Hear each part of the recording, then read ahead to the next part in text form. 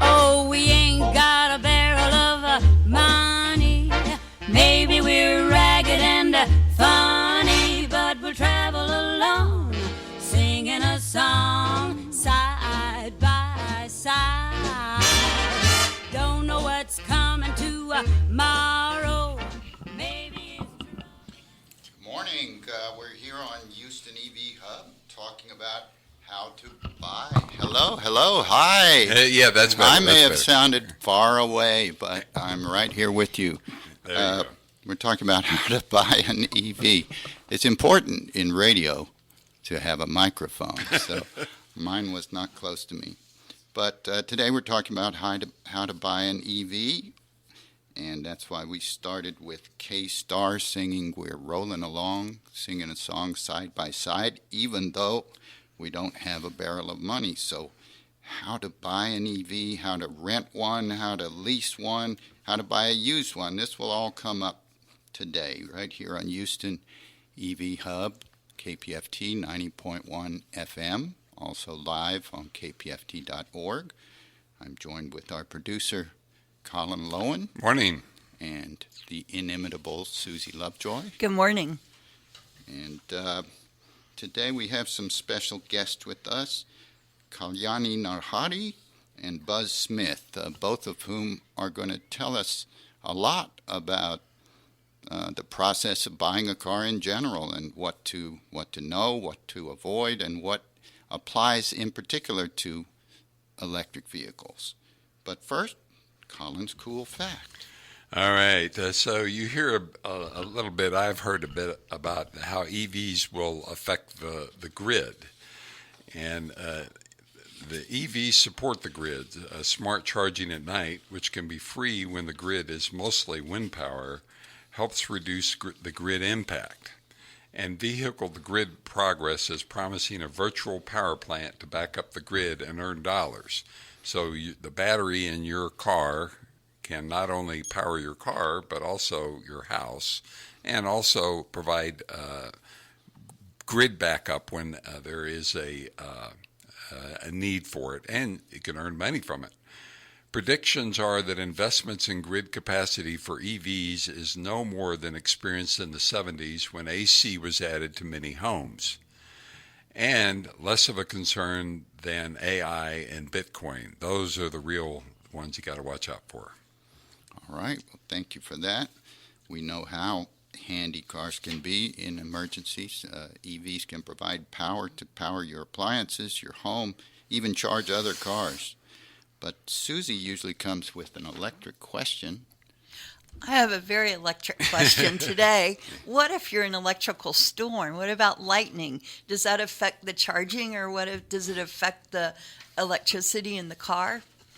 And we'll get around to trying to answer that a little later. There are some issues involved with power outages and lightning and so forth, just like for anything else affected by the weather.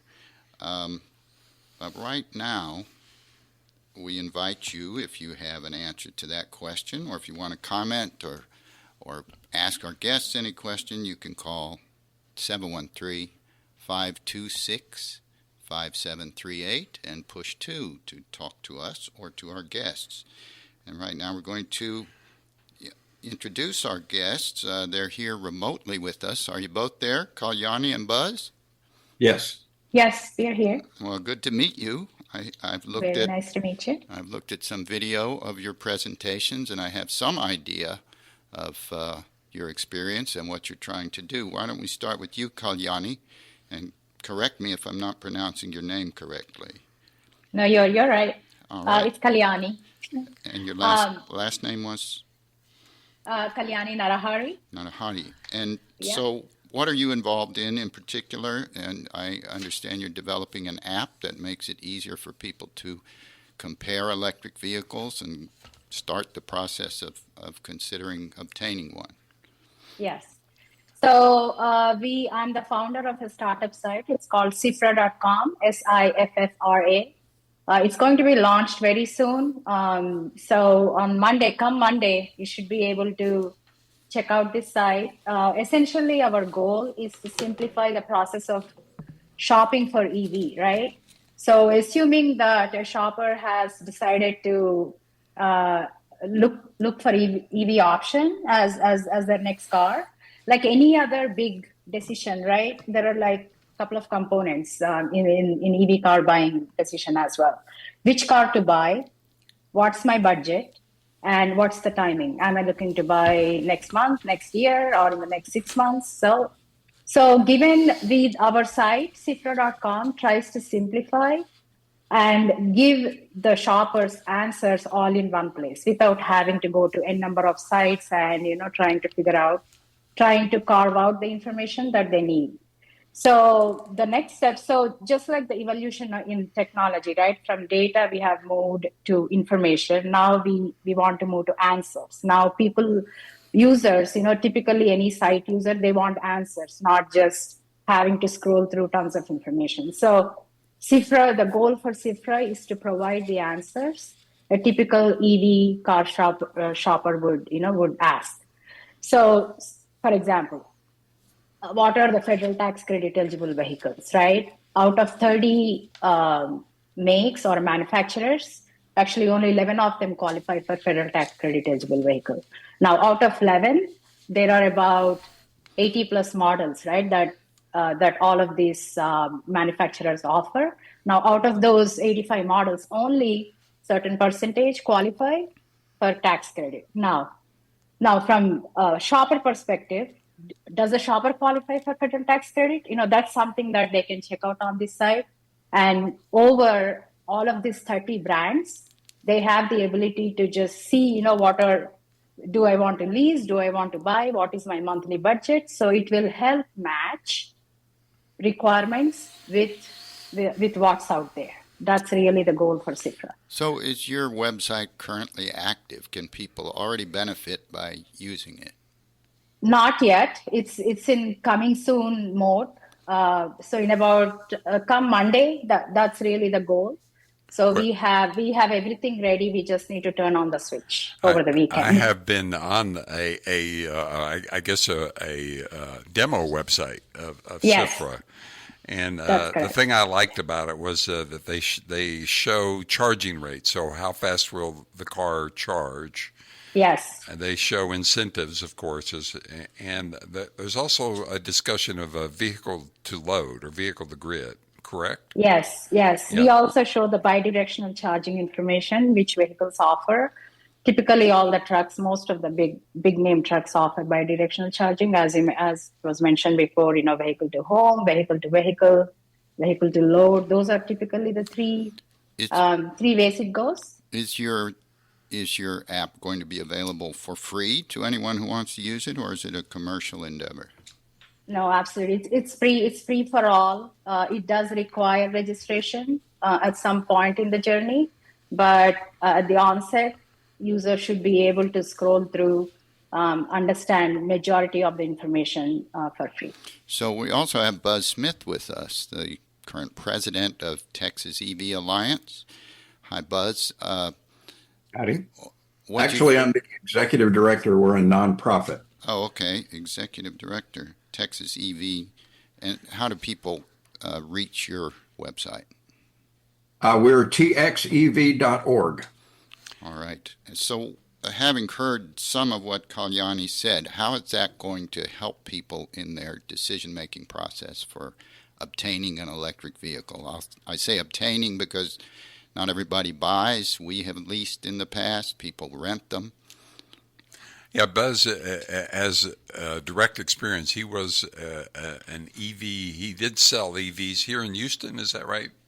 Actually, Dallas-Fort Worth area, and I had never sold a car in my life. I got my first plug-in vehicle in 2012. 60 days later, my wife got the exact same car. They were Chevrolet Volt plug-in hybrids, and immediately started a blog called The Evangelist, where I was spreading the good news of electric vehicles. My background is in manufacturing engineering, so I just couldn't believe the value proposition. I thought, why don't more people know how little you're going to pay per mile to drive? How do they not know that there's no transmission fluid, no oil changes, the The maintenance is practically non-existent. How do they not know these things? So I started a blog to spread the word. And about a year into it, the dealership hired me with no sales experience. So this is the largest Chevy dealership in the world. You don't get to sell cars there unless you've got like a decade of sales experience. But they didn't know how to sell EVs, and they thought of me as kind of their in-house EV nerd. So they ended up hiring me. And for 6 years, I sold more plug-in vehicles in Texas than any other salesperson across any brand. So in your opinion, is Kalyani's app going to be the best way for people to look for an EV, or how would they look otherwise? I think that's a great thing. And some of the advice I'll have today is exactly what Kalyani was talking about, is specifically buying the right car for you and how to go about it. And so some of the things I'll talk about have to do with buying any kind of car, whether it's an EV or not, because it's just dealing with the sales environment at a dealership. And then there'll be some specific things about electric vehicles. But when I talk to newbies about EVs, I talk about some of the same things. Get the right, it's a tool in a toolkit.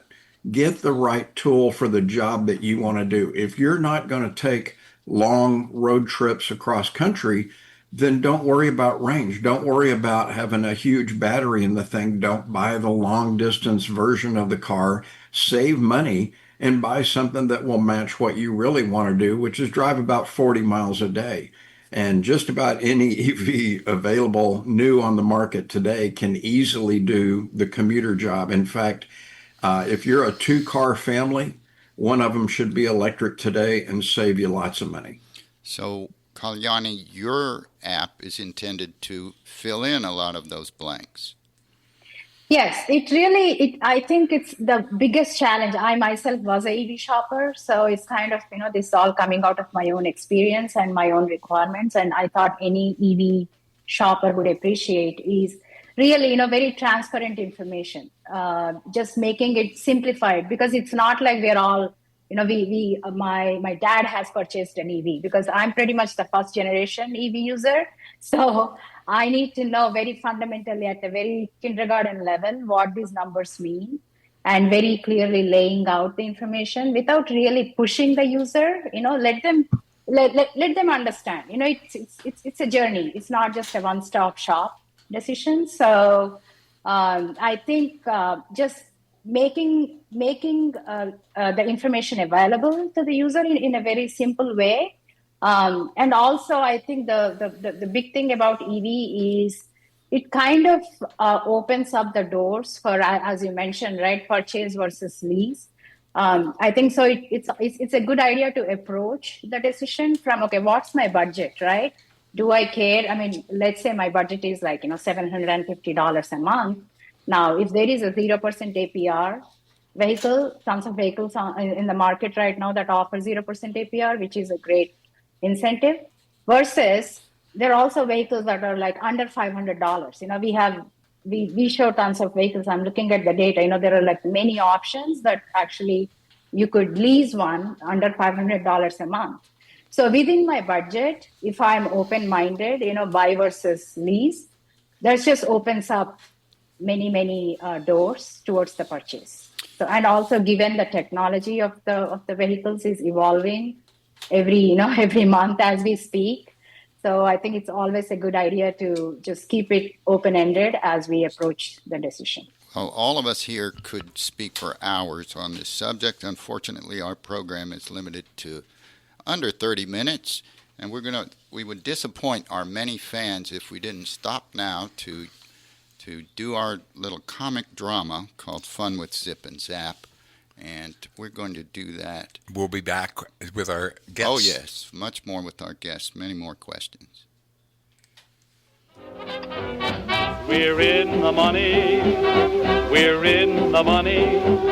We've got a lot of what it takes to get along. We're in the money, the skies are sunny. Well, I don't know how it happened, Zip, but we've won the lottery again. It's almost like fiction. Just lucky, I guess. The question is what we should do with some of this cash. We've got more than enough for the rest of our lives. What say we have a little fun? I know what you're thinking. It's time to buy another electric car, right? You read my mind. But this time, instead of getting all befuddled by those cagey car dealer tricks, let's turn the tables and accept everything they try to sell us, even all that unnecessary stuff. We can afford it now. Sounds mischievous to me, kind of like tipping for bad service. Let's do it. Zip and Zap drive their current EV, excuse the pun, to the new avenue of EV dealers. Wow! Look at all the EV dealers lined up in a row. Super convenient. And the unusual names really pique one's interest. That one is called EVs or Us, and there's Rock Bottom EVs. And look, EVs for you and me. Ooh, let's go to that one. They sound friendly. Welcome. Have we got an EV for you? That's what we're hoping. We'll take this nice shiny blue one. Don't you want to negotiate your best possible deal? No, I'm sure the price right here on the window is fair. Anything we can add to it? You mean like optional accessories, dealer packages, undercoating, that kind of thing? Throw it all in. We want to live it up.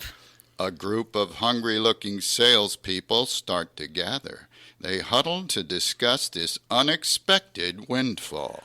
Oh, yes. There's a new program we've just added. It's called Rainy Day Washes, kind of like insurance for car cleaning. We'll throw it in for just a small additional monthly fee.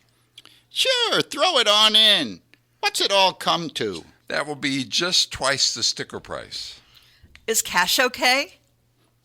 Zip hands over an enormous pile of bills. And here's another $500 for your trouble. Zip and Zap drive off soundlessly and fume-free, giggling all the while. The puzzled car dealer decides to go home early. Thank Oh, you. come on. Thank you so much. come on. Thank you. It wasn't that good. Oh, it was great. Oh, okay. Look at all the money we have. Oh, yeah. Whoa. All right. Buzz, is that the best way to go about buying a car? No, not at all.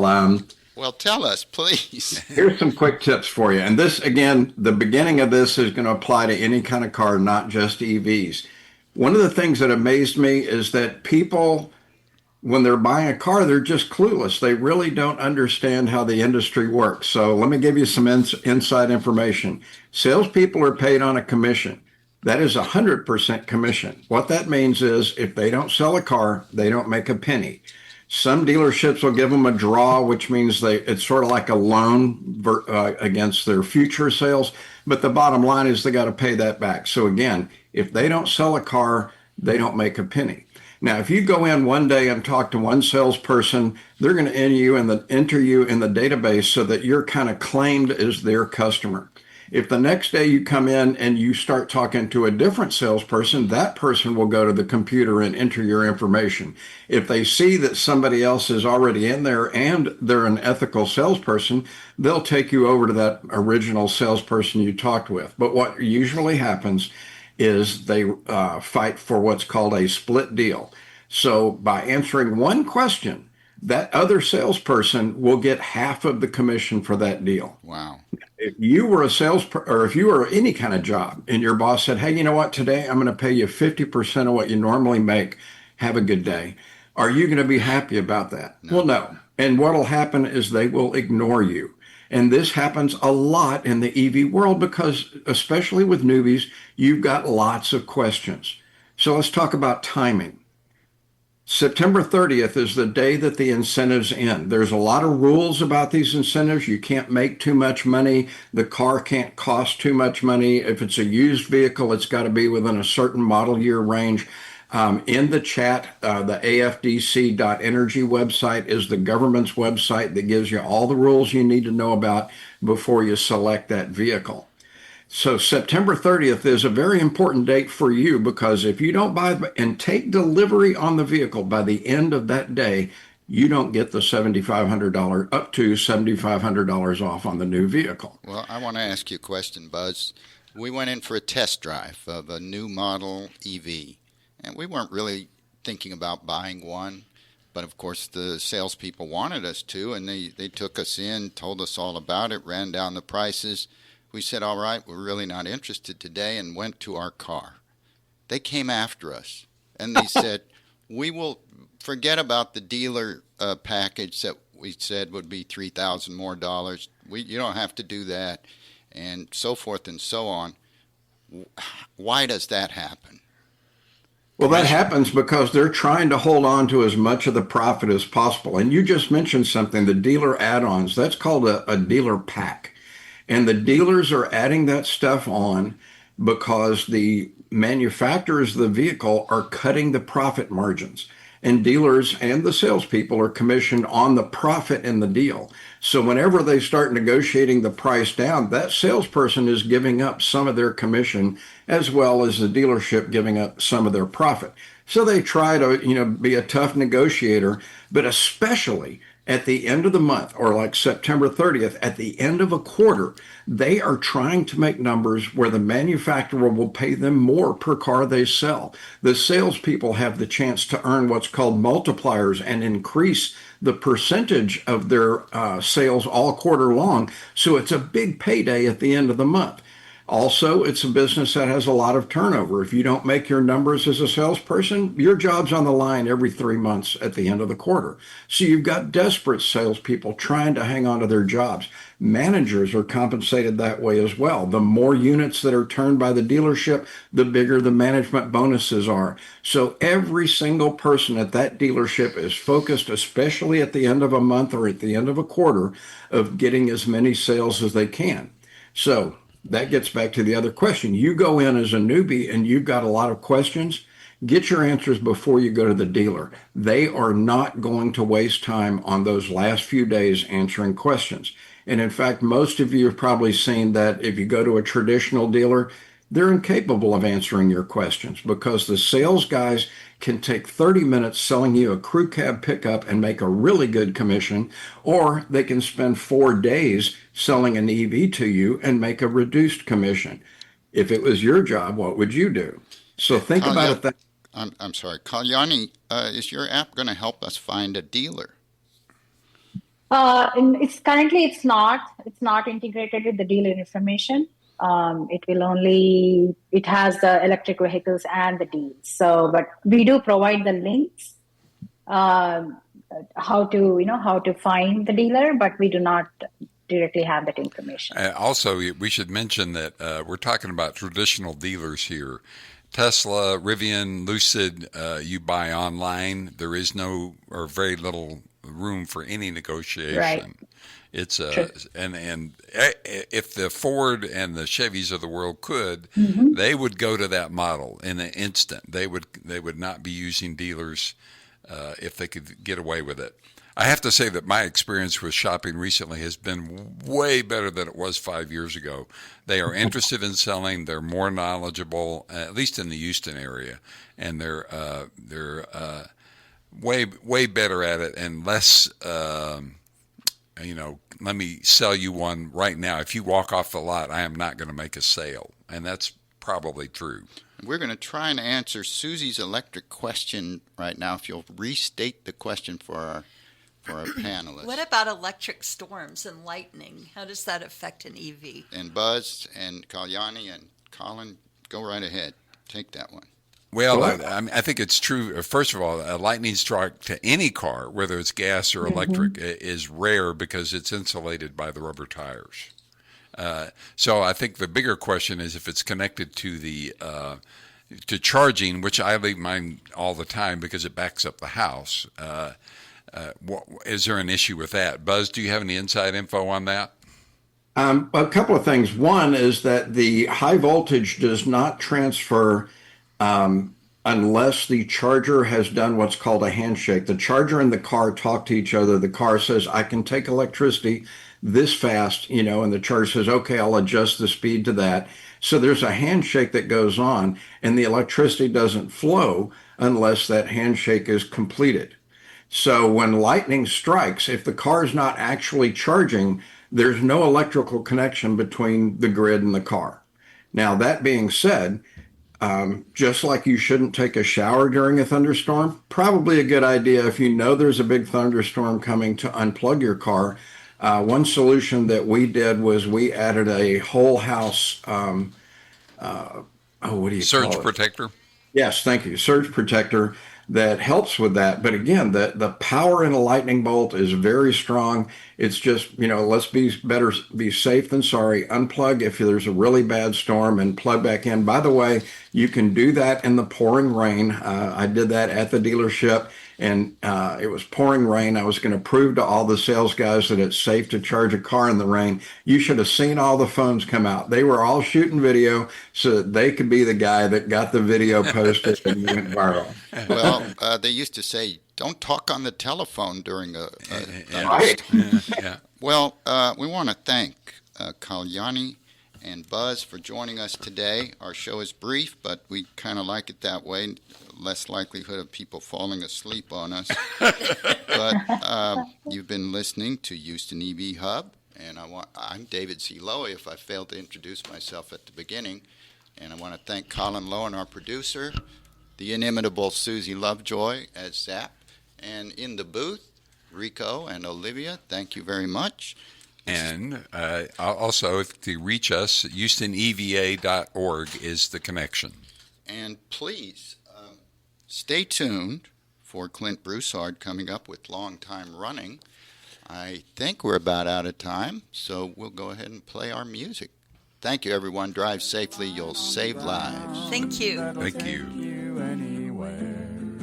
If you want to go somewhere in particular, you gotta follow the right line. But there's a line on the ground most places, and we're gonna follow that line to whatever we might find, though it might not be just what we were expecting.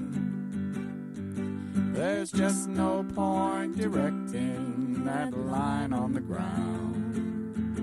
If you let it, it just might take you anywhere. If you let it, it just might take you anywhere.